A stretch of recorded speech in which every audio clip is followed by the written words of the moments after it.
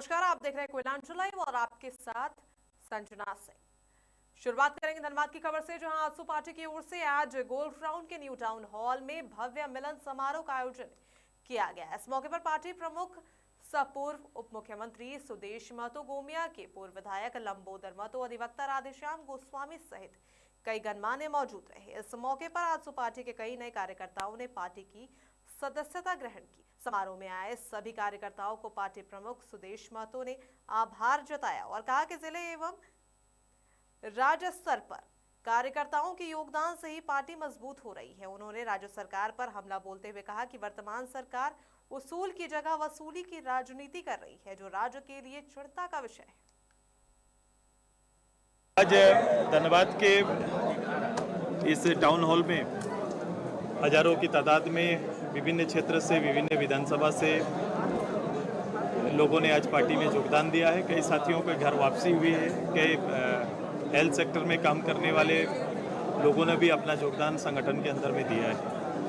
एक सशक्त राजनीतिक वातावरण तैयार करने के लिए दूरगामी सोच के साथ एक यहाँ की बुनियाद और यहाँ के लोगों के भविष्य का निर्धारण को एक आधार बनाते हुए एक बड़े स्वरूप में एक वैचारिक राजनीति और क्रांति को तैयार करने की ये जद्दोजहद है और उसी का कार्यक्रम है। सारी चीज़ों को बड़ा स्पष्ट कहा कि अगर इसको देखने का तरीका बदल जाए तो ऐसी घटनाओं को नरसंहार कहा जाता है। ये एक प्रायोजित हत्या है। अगर ये जान रहे हैं कि ऐसी परिस्थिति है, चाल धस सकते हैं, ऐसी घटनाएं घट सकती है, अगर कोई एक्सीडेंट होता है तो वो बात समझ में आता है, लेकिन अगर ये लगातार इस तरह की घटनाएं अवैध जो कोयला के क्षेत्र में हो रहा है, तो जिसके कारण यहाँ के लोकल शासन को भी और जो CCL BCCL के पदाधिकारियों को भी इसके बारे में पता है, उसके बाद भी अगर ये घटना घट रही है तो इसके जिम्मेदार कौन होंगे, ये जिम्मेदारी उन्हें तो लेनी पड़ेगी।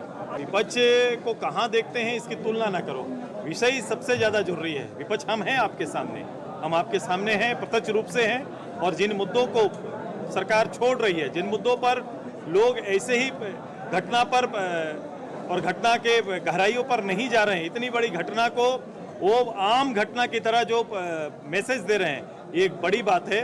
और इन चीज़ों को निकाला जाएगा, खंगाला जाएगा और लोगों की नज़र में और सारे एजेंसियों के सामने लाया जाएगा कि इस राज्य में एक उग्रवादी के लिए एक पॉलिसी बनी, इस राज्य में पॉलिसी बनी जहां आत्मसमर्पण की योजनाएं रखी गई।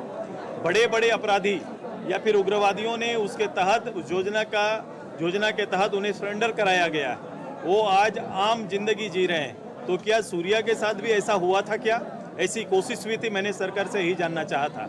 हमने यहाँ से लेकर मानव अधिकार तक में हम लोग ने आगे बढ़ा और हम न्याय चाहते हैं। गवर्नमेंट की CID इसका जांच नहीं कर सकती, क्योंकि CID उसी के अधीनस्थ एजेंसी है और CID आज तक इस रूप से कोई कारगर ऐसा काम नहीं की है जिसको हम मान सकते हैं और जिस पर विश्वास किया जा सकता है। बिहार के चुनाव को लेकर पार्टी के अंदर में अभी कोई चर्चा अभी है नहीं। अगर ऐसी कोई चर्चा बनेगी तो हम आपके पास आएंगे। पुलिसिया दबिश यहाँ पर बना हुआ है और लगातार पुलिस के दबिश के आधार पर आंदोलन को कुचला जा रहा है, लोगों की आवाज़ को दबाया जा रहा है। इन सभी चीज़ों पर वैचारिक रूप से हमने कहा कि एक बड़ी तैयारी करनी होगी। गांव घर के लोगों को, शहर इकाई के लोगों को एकमत करना पड़ेगा और 90 के दशक की तरह एक बड़ा आंदोलन यहाँ के हक और हुकूक के लिए करना पड़ेगा। देखा था और उनका एक वीडियो सुना था मैंने, तो इसकी जांच का विषय है। ये DC देंगे जवाब, DC की जवाबदेही है। वो किस अवस्था में वो कहाँ नौकरी कर रहे थे और नौकरी करते हुए अगर उनके साथ उनके खिलाफ कोई अत्याचार हुआ तो आना चाहिए और समय अवधि के अंदर आना चाहिए। कोई भी जांच की अवधि होनी चाहिए ना।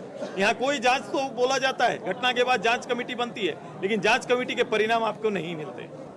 देखो, लगातार ये एक जो हमारा अनुसूचित जाति के संदर्भ में जो हमारा डिमांड है, ये अभी का नहीं है। लगातार अलग अलग रूप से अलग अलग संस्थाएं, कई कमेटियां चल सकती है, लोग अपनी बात रख सकते हैं।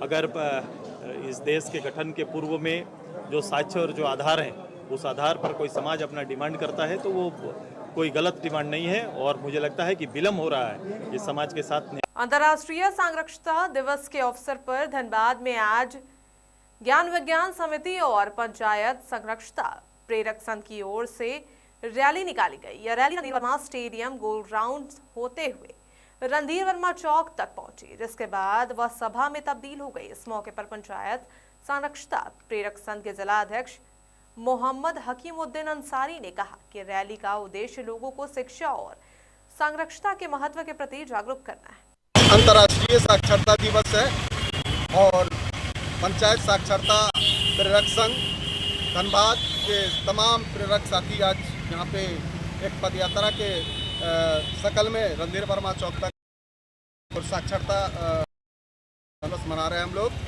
हम लोग धनबाद में जो निरक्षरता रूपी जो है कलंक है, इसको मिटाने के लिए हमारे साक्षरता के साथी, साक्षरता कर्मी, साक्षरता प्रेरक लगातार 1993 से जो है कि अंतर्राष्ट्रीय साक्षरता दिवस मनाते आ रहा है और इसी जो है कि निरक्षरता रूपी कलंक को मिटाने के लिए ही साक्षरता प्रेरक और साक्षरता कर्मी को सरकार ने जो है कि बहाल किया था और उसी को लेकर आज भी हम लोग जागरूकता अभियान और जो है निरक्षरों को पढ़ाने का काम, तरह तरह का जो है कि सरकार का कल्याणकारी काम में जो है कि हम लोग लगे रहते हैं।